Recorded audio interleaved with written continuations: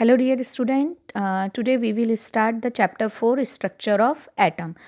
Structure of atom में हम देखेंगे इसके पहले जो हमने चैप्टर देखा एटम्स एंड मॉलिक्यूल्स।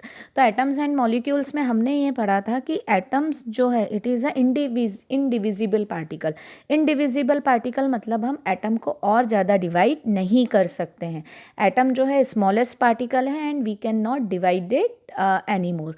बट अब जो है इस चैप्टर में है स्ट्रक्चर ऑफ एटम। जब फर्दर स्टडीज़ की गई, अलग अलग साइंटिस्ट ने जब अलग अलग एक्सपेरिमेंट्स किए तो उन्होंने ये पाया कि एटम भी जो है वो कुछ सब पार्टिकल्स से मिलकर बना हुआ है।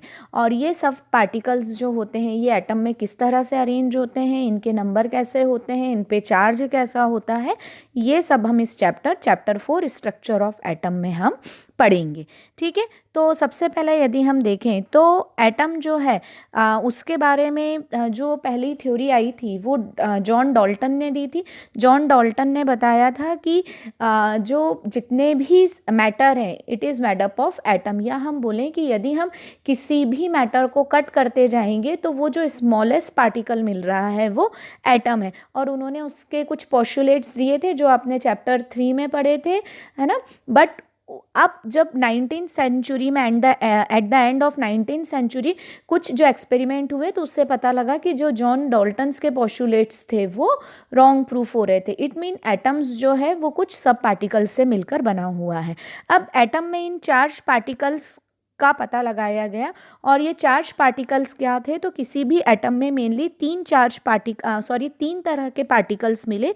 द फर्स्ट जो पार्टिकल था वो पॉजिटिव चार्ज था जिसे प्रोटॉन बोला गया।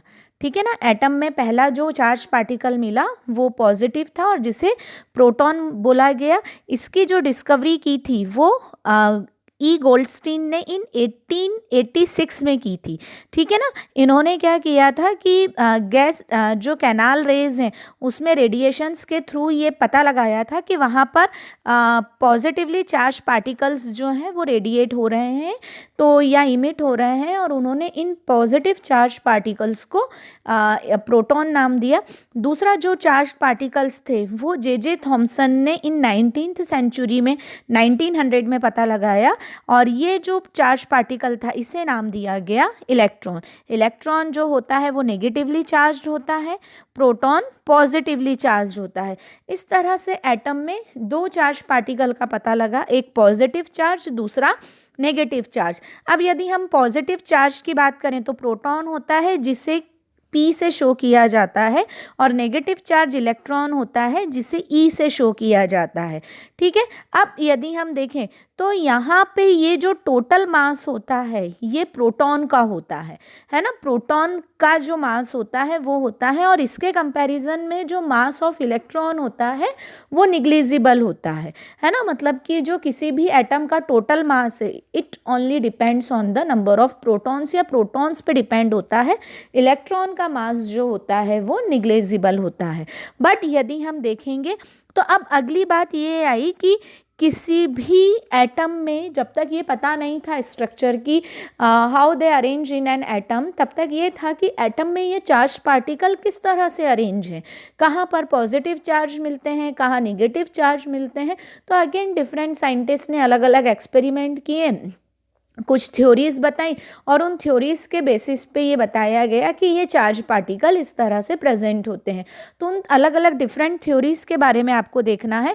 तो सबसे पहले जो आया था स्ट्रक्चर ऑफ एटम को लेके सबसे पहला फिनोमिना जो दिया था वो थॉमसन्स मॉडल ऑफ एटम आया था। थॉमसन ने एक मॉडल प्रपोज किया था।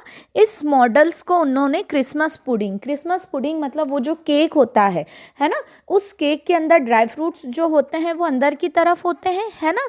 या हम वाटरमेलन ले लें तो वाटरमेलन में उसके जो सीड्स होते हैं वो अंदर होते हैं कि नहीं होते हैं, ठीक है ना। तो यदि हम क्रिसमस पुडिंग ले रहे हैं या वाटरमेलन ले रहे हैं तो थॉमसन ने जो एटम था उसको एक स्फेयर बताया और उन्होंने बताया कि जिस तरह से उस पुडिंग के अंदर ड्राई फ्रूट्स इंसर्ट होते हैं या वाटरमेलन के अंदर सीड्स इंसर्ट होते हैं, ठीक इसी तरह से एक एटम के अंदर जो है वो एक पॉजिटिव स्फीयर है, ये पूरा एटम जो है ये पॉजिटिव स्फीयर है, और इसके अंदर ये जो नेगेटिव चार्ज हैं वो सीड्स के लाइक में इंसर्ट्स होते हैं।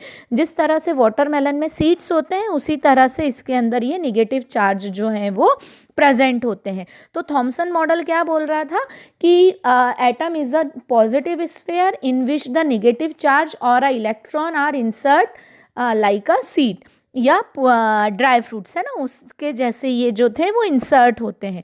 ठीक है, अब थॉमसन ने क्या प्रपोज किया था, एन एटम जो होता है वो पॉजिटिव चार्ज स्फीयर से मिलकर बना होता है और electron are embedded in it, और इलेक्ट्रॉन इसके अंदर होते हैं, है ना। पॉजिटिव चार्ज स्फीयर से मिलकर एटम बना हुआ होता है और उसमें इलेक्ट्रॉन होते हैं। अब यहाँ पर दूसरी चीज़ उन्होंने जो बहुत ही इंपॉर्टेंट बताई थी वो ये थी कि the negative and positive charge, किसी भी एटम के निगेटिव और पॉजिटिव चार्ज दोनों ही मैग्नीट्यूड में इक्वल होते हैं, बराबर होते हैं, है ना। मतलब जितने नंबर ऑफ पॉजिटिव चार्ज होंगे same number of negative charge होंगे। फॉर एग्जांपल, यदि पॉजिटिव चार्ज का नंबर 10 है तो नेगेटिव चार्ज का नंबर भी 10 होगा। अब यदि दोनों के नंबर इक्वल है, 10-10 है, तो एक दूसरे को न्यूट्रलाइज कर देंगे। इट मीन कोई भी एटम जो होता है वो इलेक्ट्रिकली न्यूट्रल होता है, क्योंकि number of positive charge are equal to the number of negative charge, or we say that the number of proton is equal to the number of electron in an atom. ठीक है, तो इस तरह से इन्होंने ये बताया था, बट फिर भी ये जो था मतलब कि उतना सक्सेस नहीं हुआ था। अगला जो है Rutherford's model of an atom है, जो मैं आपको नेक्स्ट वीडियो में समझाऊंगी। इस वीडियो को आप ध्यान से देखिए, कोई भी डाउट कोई भी प्रॉब्लम होने पर आप मुझसे पूछ सकते हैं। Keep study, keep watching. Thank you so much.